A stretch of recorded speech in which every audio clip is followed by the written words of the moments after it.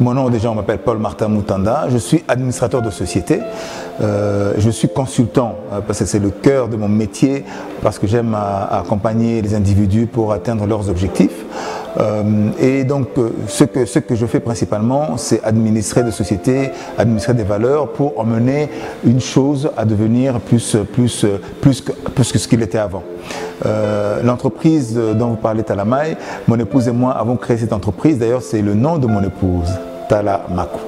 Et donc, nous avons pris ce nom-là pour la bénédiction qu'elle est de porter justement ce nom-là. Et donc, sur cette base-là, nous avons, par la grâce de Dieu en tout cas, trouvé qu'il nous fallait construire une entreprise d'eau pour pouvoir non seulement apporter la bonne valeur, le bon produit pour notre population, mais aussi surtout avec la bonne qualité, mais surtout pour pouvoir apporter les emplois et donner aussi la possibilité aux autres de gagner aussi leur vie à travers notre produit et nos services. Parce que moi je parle toujours, quand je parle d'entreprendre en RDC, je parle toujours avec mon épouse. Mon épouse est une femme très merveilleuse déjà, mais elle est très entrepreneur, et donc ensemble nous avons pensé investir ici. Parce qu'elle est déjà dans son entreprise, quand on était un peu partout, moi j'étais en Suisse, etc., elle investit aussi au Congo. Quand nous voyons que nous enrichissons d'autres personnes par nos activités, quand nous voyons que nous apportons des solutions, quand nous sommes en Europe ou dans d'autres pays, etc., nous nous sommes dit, mais tout ce que nous faisons pour les autres, notre pays en a besoin. Pourquoi donner et continuer à remettre quelque part nos talents, nos potentiels, à mettre à la disposition des autres sans le faire bénéficier à notre pays?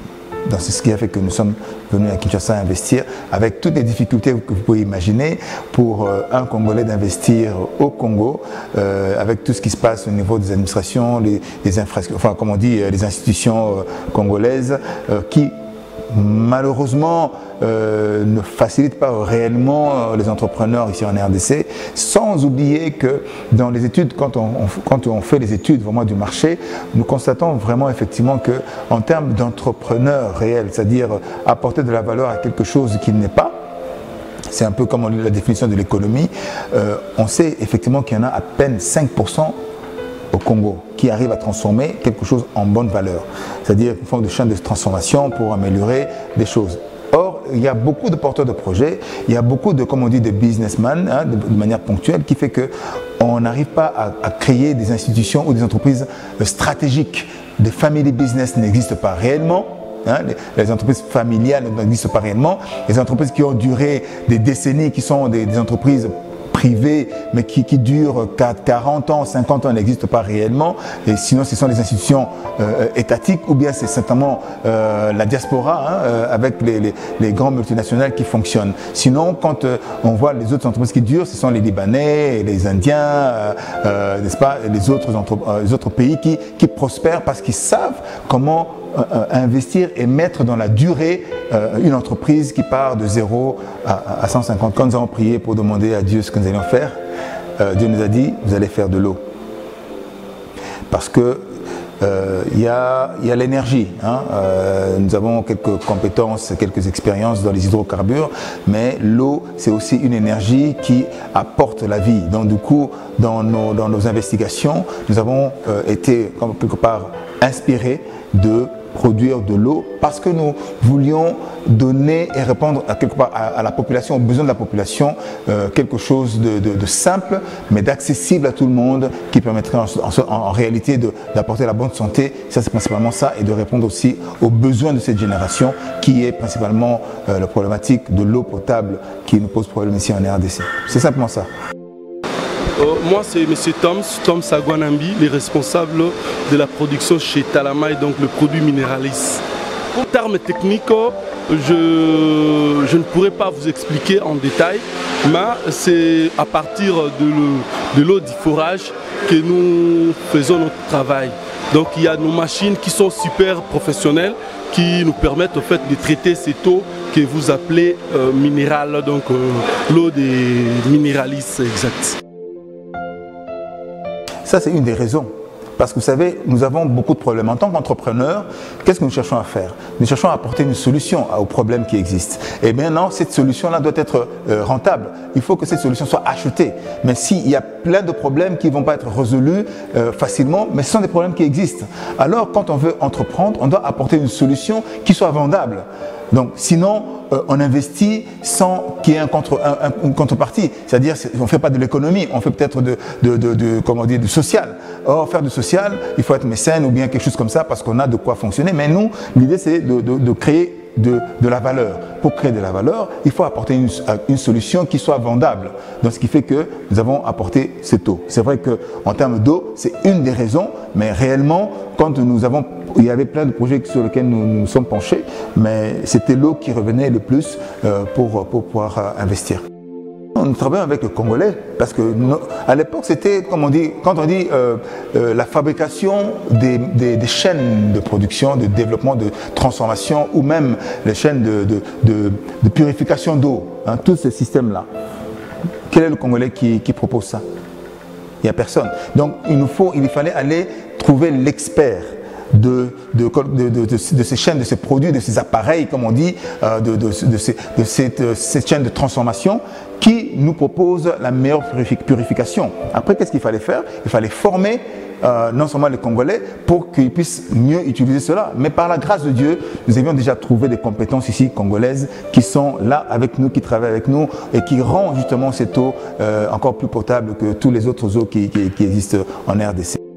Kaka na kati ya usine maiza malamu maiza wana to foraki avant construction to ozaki déjà na forage on est permetaki biso pedo sala misala mususu tant to silisi nde yango to zo maya malamu eza maya fleuve te maya forage to forêt to zumai ne poto traiter pour eza na qualité oyo ba congolais oyo ba kinois bazomela qualité ya malamu. Serge Ngoma, il y a monsieur Toms hein, dans la production qui sont les experts de l'eau et c'est eux qui font que aujourd'hui la RDC a une bonne eau avec Mineralis.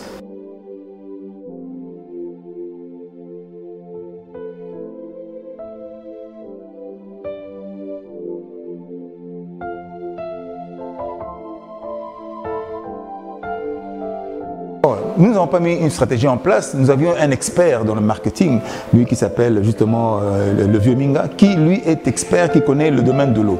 C'est-à-dire que nous voulons travailler dans un domaine spécifique, nous voulons proposer un produit.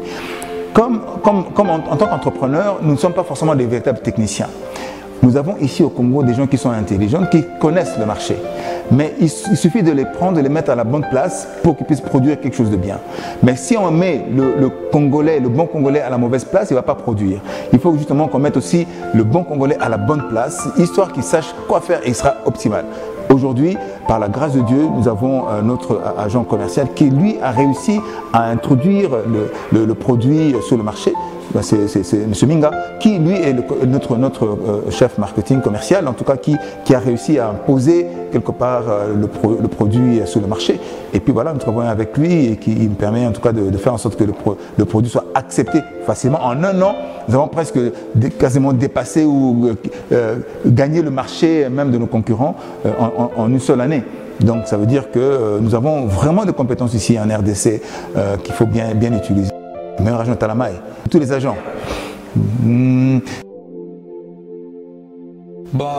Lévi Minga, c'est un Congolais, né et grandi ici au Congo. j'ai fait mes études ici. Et s'il faut aller un peu plus vite, j'ai fait mes études primaires à l'Équateur. Et j'ai fait mes études secondaires et université ici à Kinshasa. Je suis licencié en sciences commerciales et financières, option marketing. Aujourd'hui, si je dis le meilleur agent, c'est mon chef commercial. C'est lui le meilleur agent parce que non seulement il est très bon pour mettre le produit en place, mais lui-même il est commercial, lui-même il vend, lui-même il fait la promotion sur le terrain. C'est le meilleur. Pour moi, c'est lui le meilleur, Monsieur le Vieux. Eh bien, Monsieur Tom, celui qui, dans son produit, quand il sait comment produire, il a la stratégie pour assurer que le produit soit sur le marché. Hein, c'est M. Toms. Et puis la qualité de produit, c'est donc M. Serge. Donc vous avez déjà tous les éléments en fait réunis dans une entreprise qui permet d'avoir aujourd'hui le bon produit de Talamaï que nous proposons sur le marché. Donc je peux dire les 3 agents sont là. C'est-à-dire que sans ces 3 agents, ben, quelque part le Mineralis ne serait pas où il est. Vous savez, moi je parle souvent de patriotisme économique. Le patriotisme économique, c'est en fait focaliser plus sur les richesses de la nation qui vont être améliorées pour nourrir la nation. Malheureusement, la politique du pays favorise plus la diaspora ou bien l'étranger qui apporte peut-être des marchés, mais qui n'enrichit pas le pays parce que quand on a des gros investisseurs libanais ou américains ou indiens, etc., certes, ils créent de la valeur sur le sol congolais, mais ils n'enrichissent pas le Congo.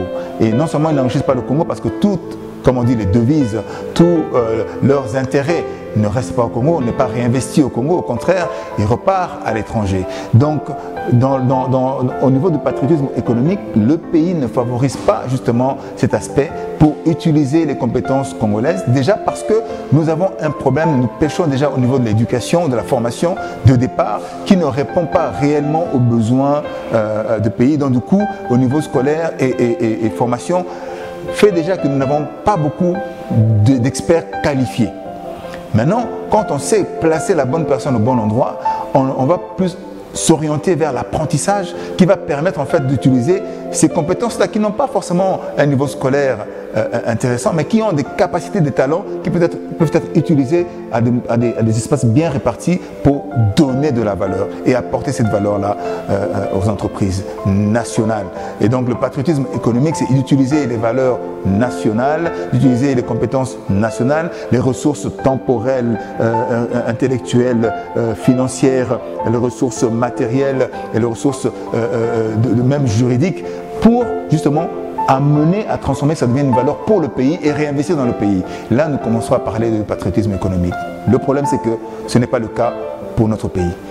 Et nous n'investissons pas réellement dans nos ressources ici. Finalement, nous préférons peut-être l'étranger à apporter, mais le problème, c'est que les intérêts sont différents et les besoins sont différents parce qu'en ce moment-là, les autorités accepte plus que quelqu'un apporte des milliards pour investir ici sur place, mais la richesse ni le pays ne bénéficie pas directement parce que les impôts ne sont pas équitables. Je vous dis tout de suite, moi en tant qu'entrepreneur ici, je paye plus d'impôts que le Libanais qui a investi 100 milliards, alors que nous sommes toujours en train de payer et le Congolais, l'autorité ne favorise pas son collègue, son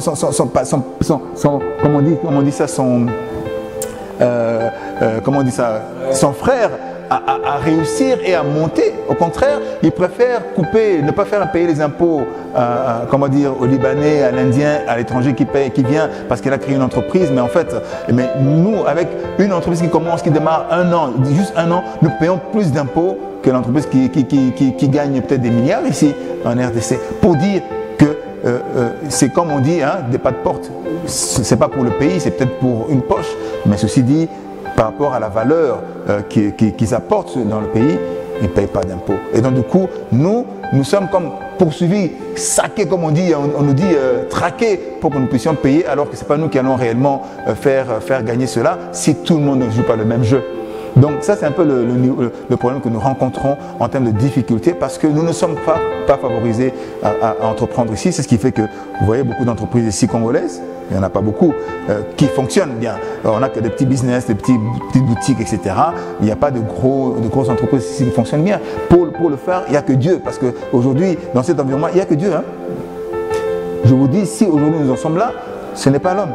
Je vous assure que si je vous donne le témoignage de ce que nous avons vécu depuis que nous avons commencé à construire ici, ça fait 4 ans, vous allez voir dans les ministères nos dossiers disparus.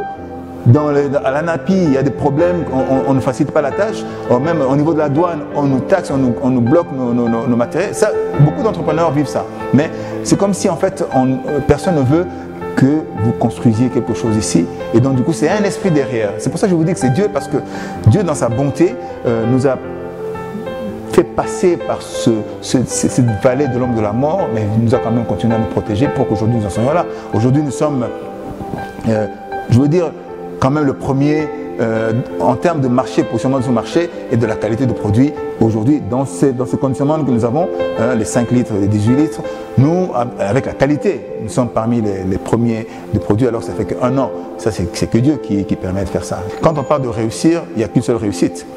Quand on réussit, c'est parce que spirituellement, on a réussi. Je dis ça pourquoi? Parce que si j'ai réussi à avoir 10 millions de dollars en poche et que par conséquent, à côté, je suis impudique, je suis menteur, ou bien je triche, ou bien je prends des pots de vin, je ne veux pas dire que j'ai réussi. Ce n'est pas une réussite. C'est quoi la réussite? Soit j'ai des maisons, je sois en costume, j'ai des 50 000 dollars en compte, c'est ça la réussite? Non, c'est pas ça la réussite, parce que je dois rendre des comptes à un moment donné. Je ne suis pas tranquille, je ne sais pas comment j'ai réussi ça. Et je ne sais pas comment est-ce que je vais investir pour mes enfants, 4e génération, pour qu'on continue à créer de cette valeur-là. Quel modèle je leur montre pour qu'ils puissent avoir demain, au lieu de 50 000 dollars, qu'ils aient 150 000 dollars? Qu'est-ce que je leur donne comme modèle? Qu'est-ce que je laisse réellement à mes enfants ou à ma descendance? L'héritage de l'entrepreneur. Il n'y a rien. Or, la réussite, c'est que tu es un modèle par lequel tu es passé, que tu peux donner en héritage pour que quelqu'un derrière, quand il fera la même chose, il gagnera 3 fois plus que toi, parce qu'avec de l'intelligence, tu auras déjà transmis, la personne va réussir. Donc réussir, c'est être intègre d'abord. Quand tu réussis à être intègre, tu vois, quand tu réussis à être intègre, ça veut dire que tu as réussi. Parce que être intègre dans ce monde-là, c'est pas évident. Parce qu'on a tendance à vouloir mentir, on a tendance à vouloir tromper, on a tendance à vouloir coucher alors que c'est pas sa femme, on a tendance à vouloir trouver les moyens pour absolument réussir à tout prix. Mais quel prix? C'est pas toi qui payes le prix, c'est Jésus qui a payé le prix. Oui, tu n'as rien payé. Il n'y a rien. L'homme n'est rien. L'homme ne peut pas. Il n'est même pas capable. D'ailleurs, même quand on est face à la difficulté, qu'est-ce qu'il peut faire? Qu'est-ce qu'il a? C'est plus fort que lui. Le monde, comme on dit, c'est tellement plus fort que lui. Tout ce qu'il peut faire, c'est juste buter contre la mauvaise intention, pour réussir. Donc vous comprenez, non? Ce que je veux dire, c'est quoi? C'est que pour réussir réellement, c'est l'intégrité. Quand tu es intègre et que tu veux maintenant devenir chef d'entreprise, tu as toutes les chances parce que tu as déjà réussi. Tu dois marcher de manière intègre. Quand tu as gagné ton combat contre toi-même, tout ce qui peut arriver, même si je te gagne 5 $, tu es heureux. Demain, tu sais que tu gagneras 1000 $. Je suis intègre. Ah, je ne sais pas si je suis intègre. Non, je ne vais pas dire ça parce que là, c'est trop prétentieux.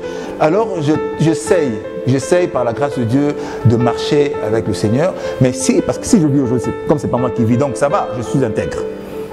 Mais la chair là, des fois, peut avoir des pensées bizarres, hein, des fois, ou bien à un moment donné, il s'énerve parce que les choses ne vont pas comme elle veut, n'est-ce pas? Et puis, tu vas t'énerver, chasser, etc. Tu dis, oh, c'est pas ton œuvre, ça, c'est à Dieu. Et ton corps, à qui ça appartient? Donc, tu reviens un peu là, tu dis, en fait, c'est pas moi qui agis. Il faut que je me repose sur lui, en ce moment-là, ça va. L'intégrité, c'est ça.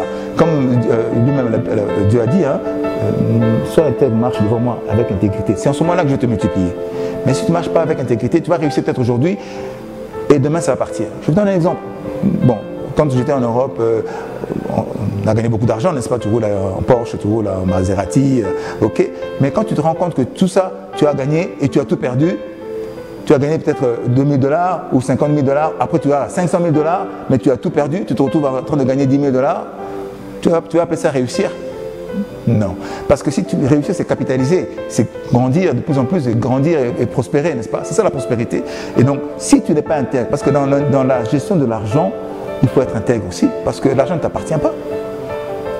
Même quand tu as produit quelque chose, tu penses que tu es intelligent, suffisamment intelligent pour avoir des clients, tu penses que c'est ton intelligence qui a créé ça? Non, c'est qui a amené tous ces gens-là à toi. Et qui t'a donné cette intelligence-là? Déjà, qui t'a donné les jambes et la force pour être debout? Donc, j'ai reçu un esprit de courage, ok. J'ai reçu un esprit de force, ok. Mais cet esprit que j'ai reçu, je n'ai pas reçu de moi, c'est pas moi qui ai mis ça. Moi, je ne peux pas contrôler ma vie, même contrôler mon souffle, savoir si je dois arrêter ou continuer, c'est pas moi qui contrôle ça. Donc je dois tout à Dieu. Je dois tout à Dieu. C'est-à-dire, c'est pas un slogan. Ce n'est pas parce que, c'est pas pour vous dire des choses jolies. Le témoignage qu'aujourd'hui, si je suis là, c'est parce que Dieu qui m'a mis là. Je ne suis pas assez intelligent pour marcher en intégrité devant Dieu, ni assez intelligent pour avoir le courage de parler de ce que je suis en train de parler maintenant, d'être là où je suis, parce que de moi-même, je ne serais pas arrivé. Tu ne sais même pas où Dieu m'a ramassé. Il m'a ramassé dans l'impudicité, il m'a ramassé peut-être dans la pauvreté, il m'a ramassé dans la mort, quoi. Et donc, quand tu fonctionnes dans ce contexte-là, tu n'as que des produits de mort. Je vous donne un exemple. Quand je disais que j'ai gagné, tu gagnes 500 000 $, tu gagnes 600 000 $, mais tu te retrouves à gagner 2 000 $. Tu viens d'où? C'est quoi le problème? C'est que tu n'as pas utilisé l'argent de Dieu comme il faut, alors que tu l'as gagné, non? Je l'avais gagné, non? J'ai travaillé, je me levais à 4 h du matin pour commencer mes journées, je rentrais à 22 h. Avec mon courage, j'étais un bâton, un entrepreneur, n'est-ce pas? Comment est-ce qu'un entrepreneur qui travaille bien, je ne vais pas dire que j'ai menti, en plus de ce que je recevais là, j'aurais pu gagner plus. Mais je n'ai gagné que ce que je vous dis là. Mais j'ai chuté. Pourquoi? Parce que je n'étais pas intégré avec Dieu et j'utilisais l'argent de Dieu mal. Un entrepreneur, c'est le service. C'est Dieu parce qu'il a la capacité de servir l'autre. C'est Dieu quand tu apportes une solution à l'autre. C'est servir. Quand tu réponds aux besoins des autres. C'est ça le but. Et que Dieu te donne la capacité de répondre aux besoins de ceux de ta génération. Et justement, tu n'as pas besoin d'étudier pour réussir réellement, ni avec Dieu, ni dans les affaires. Si Dieu t'a promu dans une direction, tu vas réussir sans avoir étudié. Forcément, il y a beaucoup de gens qui réussissent sans être allés à l'école, mais parce qu'ils sont dans leur domaine de prédilection, là où Dieu les a posés. Il y en a qui sont nés avec une cuillère d'or dans la bouche. Est-ce qu'ils ont étudié pour ça? Non. Ils sont dans un contexte, ils vivent. Donc, on peut dire qu'ils ont réussi. Quand on les voit, ils vivent dans la réussite, n'est-ce pas? Mais ils surfent simplement dans la victoire, dans la réussite de quelqu'un d'autre. Moi, je surfe dans la réussite de Jésus. Et puis, par la grâce de Dieu, nous sommes en train d'évoluer. Mais je n'ai pas réussi par ma propre force. Ce n'est pas possible. Si vous voyez un entrepreneur qui dit self-made man, attention, Dieu te dit la pluie qui tombe là, elle tombe pour tout le monde, non? Mais simplement que l'autre là a eu foi en ce que Dieu a mis en lui, a eu foi en ce qu'il avait, c'est ce qui fait qu'il a réussi, parce que nul n'est agréable à Dieu sans la foi. Lui-même l'a dit. Donc si tu n'utilises pas ta foi, tu ne réussiras pas. Même si tu réussis, ce ne sera pas avec Dieu, parce que nul n'est agréable à Dieu, parce que sans la foi, tu vas échouer. Donc ceux même qui ne sont pas avec Jésus, qui ne prient pas, mais qui ont eu la foi en ce qu'ils avaient, ce que Dieu leur donnait, la foi en leur idée, c'est cette foi-là que Dieu a mis dans chacun de nous. Si tu vis par la foi, tu réussis. Si tu vis par ton intelligence, tu échoueras. Tu as posé deux problèmes. Tu dis d'abord le pays est très pauvre. Le pays n'est pas pauvre. C'est un pays immensément riche. Un pays béni de toutes les bénédictions célestes. Mais l'homme congolais ne répond pas positivement à cet appel ni à ces bénédictions. C'est l'homme qui se rend pauvre et c'est l'homme qui meurt par manque de connaissances. C'est le Congolais, si on peut dire, qui meurt pauvre par manque de connaissances. Parce qu'il ne sait pas que ce qu'il a sous ses pieds, c'est Dieu qui lui a donné. Mais pour que tu accèdes à ça, il faut que tu marches selon les lois de Dieu. Mais si tu marches selon les lois du diable, le diable va bien te mentir, mais après il va bien te couper la tête, et puis après, bon, tu vas aller quelque part où toi-même tu sais. Mais quand tu as l'intelligence de Dieu, la sagesse, le discernement de Dieu, la science que Dieu a mise pour pouvoir avoir l'or que tu as là, sous tes pieds, pour avoir mangé avec la nourriture qui sort de la terre, avec cette intelligence-là qui doit te donner, même la volonté d'être là où il faut que ça sorte. Mais c'est Dieu qui te donne. Si tu n'as pas cette science-là, ni la connaissance, parce que tu orientes ton intelligence ailleurs, ton âme ailleurs, ben, tu ne vas pas réussir. Donc ici, pour répondre à la question précisément, comment faire, c'est que on parle principalement de profilage, on parle d'orientation, on parle de bon assemblage, on parle de systémage. Donc systémage, c'est un système qui est mis en place pour pouvoir concevoir les systèmes d'action à tout niveau, à tout âge. Hein. C'est pour ça qu'on appelle systémage. Et ça permet d'assembler la bonne personne au bon moment, avec la bonne ressource au bon endroit et avec le bon objectif. Quand on a cela, on assemble tout ça, on atteint l'objectif, on réussit. On n'a pas besoin forcément d'aller faire des études universitaires pour réussir. Par contre, on a besoin d'apprendre à communiquer avec les autres, à savoir ce qui se passe dans le monde. C'est pour ça qu'on a besoin d'aller à l'école pour comprendre et apprendre. Ça, c'est à ça que ça sert. Mais pour réussir, c'est de savoir comment apporter prendre une chose qui n'a pas de valeur, l'emmener à avoir de la valeur. Un exemple tout bête, deux fois, hein, comme on dit, on a vu beaucoup de films, hein, etc. Moi, je vais demander, dis-moi, écris vite sur ton téléphone mon nom. Écris vite sur ton téléphone mon nom. Écris sur mon nom. Et puis, tu vas écrire quelque chose sur mon nom et puis tu me donneras la feuille que tu vas me donner. Tu vas écrire mon nom et tu me donneras mon nom que tu as écrit sur le téléphone ou bien sur le support que tu me donneras. Moi, ça m'appartiendra, c'est mon nom. Écris le nom et puis tu me donnes mon nom. Maintenant là? Oui, tu écris mon nom et tu me donnes mon nom. Qu'est-ce que tu as fait? Tu as repris ton téléphone. Tu dis, pour que je lui donne son nom, je vais utiliser la feuille. Tu veux répondre à mon besoin, n'est-ce pas? Que tu me donnes mon nom. Si tu me donnes ton téléphone, tu dis, ah, moi si je donne mon téléphone, je vais perdre parce que mon téléphone a plus de valeur. Donc j'ai écrit sur la feuille parce que ça sera plus facile de lui donner. N'est-ce pas? Qu'est-ce que j'ai créé là? J'ai suscité un besoin. J'ai suscité un intérêt. C'est-à-dire que j'ai interpellé ton intelligence pour dire, je sais ce que je lui ai apporté comme solution, pas mon téléphone, ce sera la feuille. Tu choisis ce dont j'ai besoin et tu peux m'apporter la feuille. Maintenant, si tu n'as pas de téléphone, je dis, qu'est-ce que tu veux? Tu veux un téléphone? Tu ne vas pas me donner ton téléphone, n'est-ce pas? Ok, j'ai un téléphone. Tu veux écrire et tu me donnes mon nom? Ok, si tu donnes ça, tu me donneras $1? $1? Oui. Ok, tiens, tu vois, j'ai gagné $1. Tu écris mon nom et tu me donnes $1 en me donnant mon téléphone. Parce que j'ai créé un besoin et maintenant j'ai suscité quelque part un objectif que si tu me donnes mon nom, parce que tu réponds, parce que c'est la société, hein, l'image, ah bon, $1 reste à rien. Donc, mais j'ai gagné $1 en répondant à un besoin. De la même chose, pour réussir, il faut répondre aux besoins. Pour répondre aux besoins, il faut apporter la solution à ce besoin.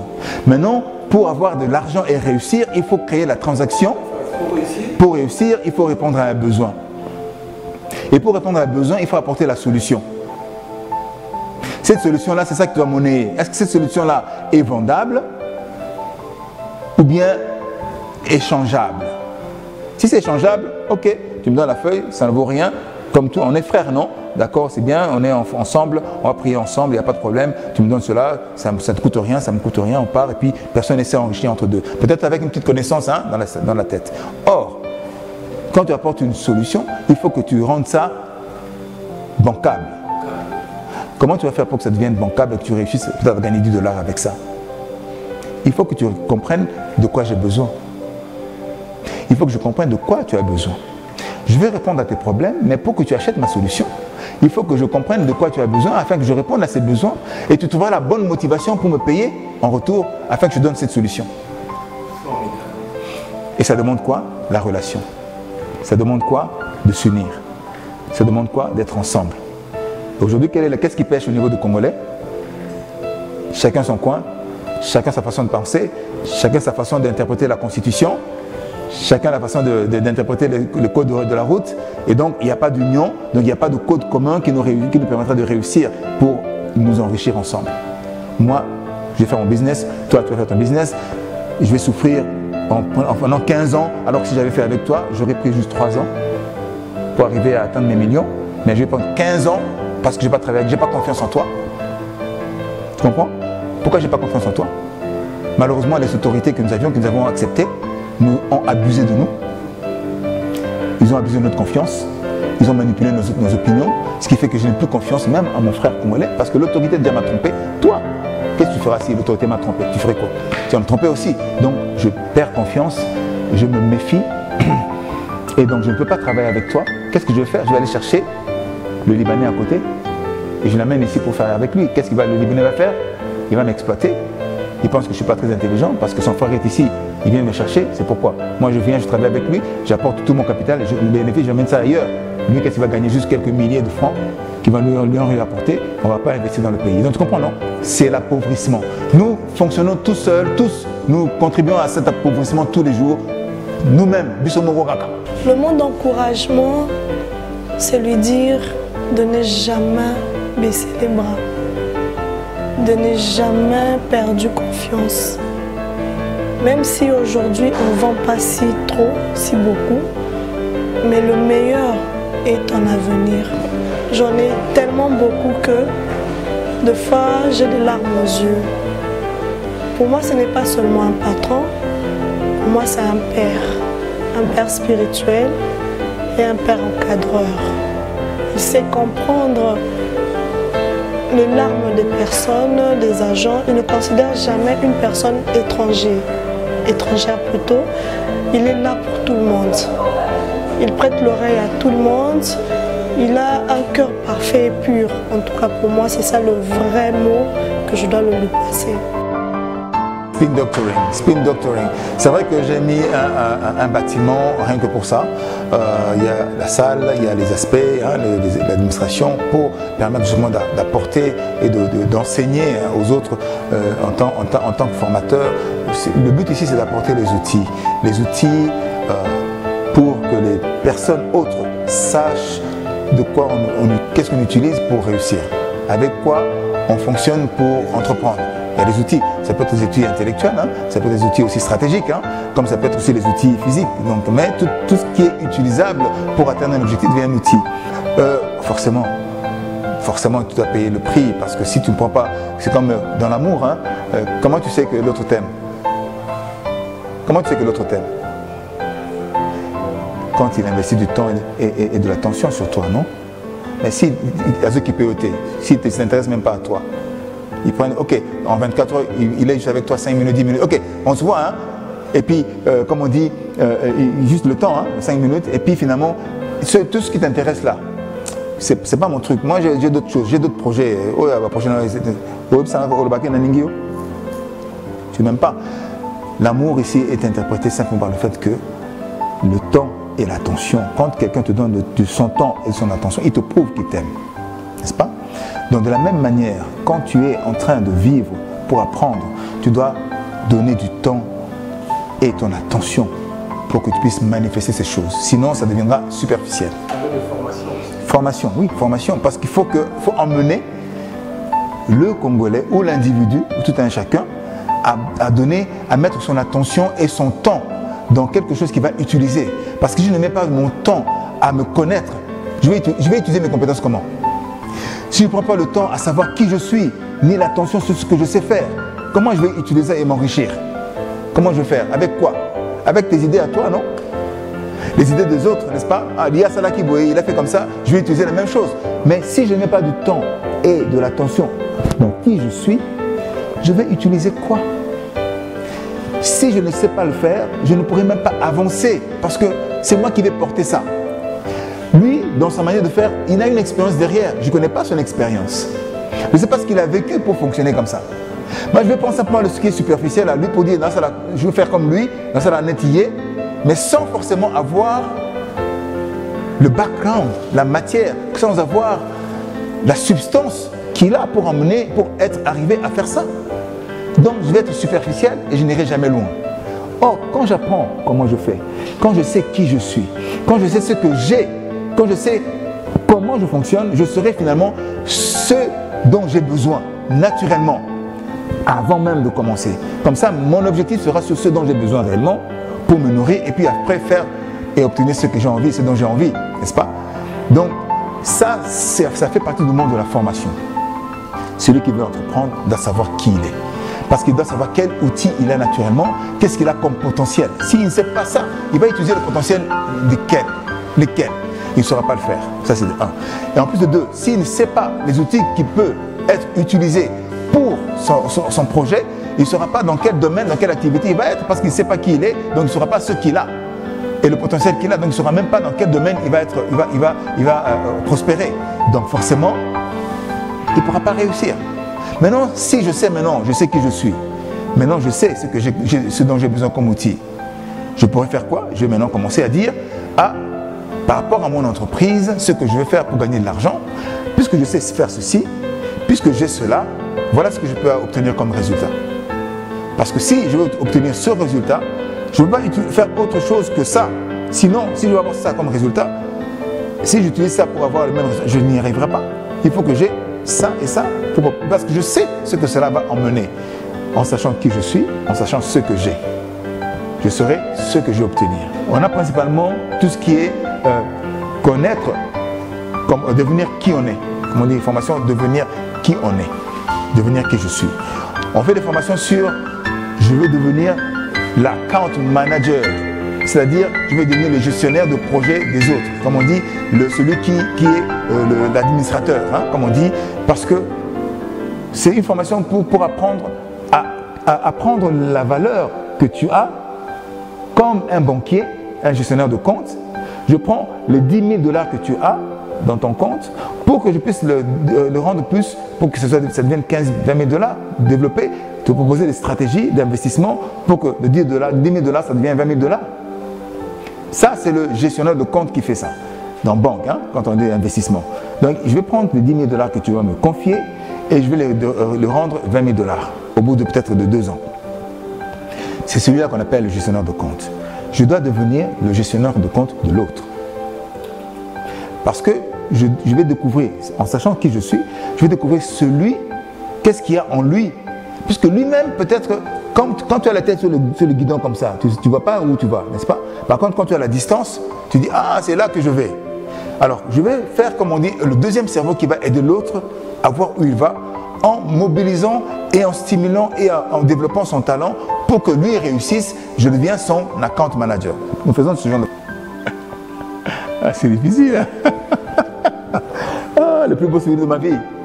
Oh là là. Je ne sais pas si j'en ai, hein. Je me rappelle, c'est vrai que quand je suis devenu la première fois champion du monde, c'était quand même... j'ai encore cette image-là où je n'avais aucune chance. J'avais aucune chance. Déjà, moi je combattais pour l'Afrique, hein, et puis tu te rends compte, j'étais quasiment seul du pays à combattre, n'est-ce pas, pour les championnats du monde. Et quand tu es seul, politiquement tu ne pèses pas au niveau des fédérations. La France avait 300 combattants, les Américains n'en parlons pas, 500 combattants, la Turquie, tout le monde, n'est-ce pas? Et que moi j'étais simplement une personne, n'est-ce pas, qui venait. Donc du coup, en termes de cotisation, en termes de financement pour la fédération, je ne pesais pas. Donc forcément, politiquement, je n'étais pas forcément un candidat favori. Et puis en plus de ça, c'est vrai que je ne suis pas un bagarreur, hein, je n'ai jamais été vraiment un véritable bagarreur, ce qui fait que j'étais souvent un technicien, et donc j'avais face à moi des bulldozers, des gens qui voulaient simplement te casser la tête et te mettre à terre. Par la grâce de Dieu, vraiment j'ai réussi de justesse à m'en sortir. J'étais avec un Azerbaïdjan presque en finale, et que le gars, une tête de plus que moi, chaque fois qu'il donnait des coups de poing, j'avais l'impression d'être contre le mur. Hein. C'était le mur que je tombe, oulala. Je recevais des coups, je dis bon, oh, non, je vais perdre. Et moi j'essaie de l'attraper pour essayer de toucher lui là, tranquille. Mais quand il me donnait un coup de ok, je dis bon, là c'est fini. J'étais sûr que je perdais. Mais il y a quelque chose, d'ailleurs j'avais mis ça dans mon livre, c'est moi la grâce de Dieu. À un moment donné, je dis, advienne que pourra. J'ai lâché, tout lâché. J'ai dit, bon, de toute façon, que je perde ou je gagne, c'est pas important. J'ai fermé les yeux. J'ai diminué de taille. C'est-à-dire qu'au contraire, il fallait que j'aille plutôt chercher. Mais simplement, en fermant les yeux, je suis descendu comme ça. Le Seigneur, en ce moment-là, m'a inspiré. Coup de pied dans les jambes, coup de poing dans le flanc, et coup de poing à la tête. Tout, il est tombé. C'est arrivé, on dit par hasard, il n'y a pas de hasard, mais c'est parce que simplement j'ai lâché prise. Et là j'ai compris, avec Dieu, tu ne fais rien, lâche prise. Laisse Dieu faire. Si toi tu crois que tu es fort pour réussir dans les affaires, tu te trompes. Il faut que tu réussisses avec Dieu. Parce que tu vas peut-être réussir à avoir de l'argent, mais tu vas te compromettre. Forcément, donc tu n'auras pas réussi. Et donc, quand le gars est tombé, je dis, hein? Je vous disais que je perdais. Il m'avait bien fait souffrir de toute façon. Quand j'ai vu ça, qu'est-ce que j'ai fait à ton avis? J'ai répété la même chose. Je suis descendu, boum, boum, boum, il est resté au sol, j'ai gagné. Donc, j'en ai encore la chair, chaque fois que je pense à ça, j'ai la chair de poule. C'est des choses comme ça, des bons souvenirs. Mais bon, j'ai les meilleurs souvenirs hein, quand même. Hein. Quand je vois mes enfants, quand je vois ma famille, quand je vois ma femme, je suis vraiment béni. Je suis béni et puis Dieu fait grâce. J'ai des bons... Ce que je regrette, d'avoir... Bon, ce que je regrette beaucoup, c'est... Quand je me rappelle quand j'étais jeune, je sortais avec les filles comme tout le monde. Hein. Je pense que je regrette d'être sorti avec Banabatou. Et Bélé quand même, parce que j'ai... sais, je me suis rendu compte que j'étais un assassin. Quand tu sors avec une fille qui n'est pas ta femme, ou même que tu l'as peut-être, je vais dire le mot, hein, déviergé, ok? Tu es un assassin. S'il y a quelque chose que je regrette, c'est que je n'ai pas eu cette connaissance-là avant. Mais Dieu, étant miséricordieux, il m'a pardonné, mais il y a des choses que je déconseillerais. Nous sommes dans le monde, hein, mais nous ne sommes pas du monde, mais je déconseille vraiment un jeune à Salama Kambouana, parce que le prix à payer est très grand. La souffrance psychologique ou spirituelle, la douleur spirituelle, je ne conseille à personne, ni pas à mon ennemi. Parce que tu vas souffrir pendant quelques temps, tu ne comprendras pas pourquoi. Ça, c'est la souffrance spirituelle. Je ne sais pas si j'ai un slogan de ma vie. Hein. Il nous faut trouver sa place. Chacun doit trouver sa place. Parce que aujourd'hui, je suis sur le chemin de trouver ma place. Je n'ai peut-être pas encore trouvé. Mais je suis sûr que Dieu me fait me mettre à ma place. C'est la raison d'être que je dois trouver. Ma raison de vivre, c'est vraiment que rapidement, Dieu en son temps, qu'il m'ouvre les yeux de mon cœur pour que je trouve vraiment ma raison d'être. Adieu, Jésus. Parce que ma bien-aimée a passé à côté de quelque chose qui aurait pu être grave. C'est la dernière fois. Le dernier moment, quand j'ai lâché prise, en fait, j'ai craqué. C'était dimanche passé. Quand je me suis rendu compte qu'on est passé à côté de quelque chose où j'aurais pu, on aurait pu... Bon, je sais que Dieu est souverain, Dieu est grand, Dieu ne nous abandonne pas, mais on se rend compte que Dieu est Dieu et que vraiment on aurait pu vivre des choses dramatiques, mais Dieu nous a préservés de ça.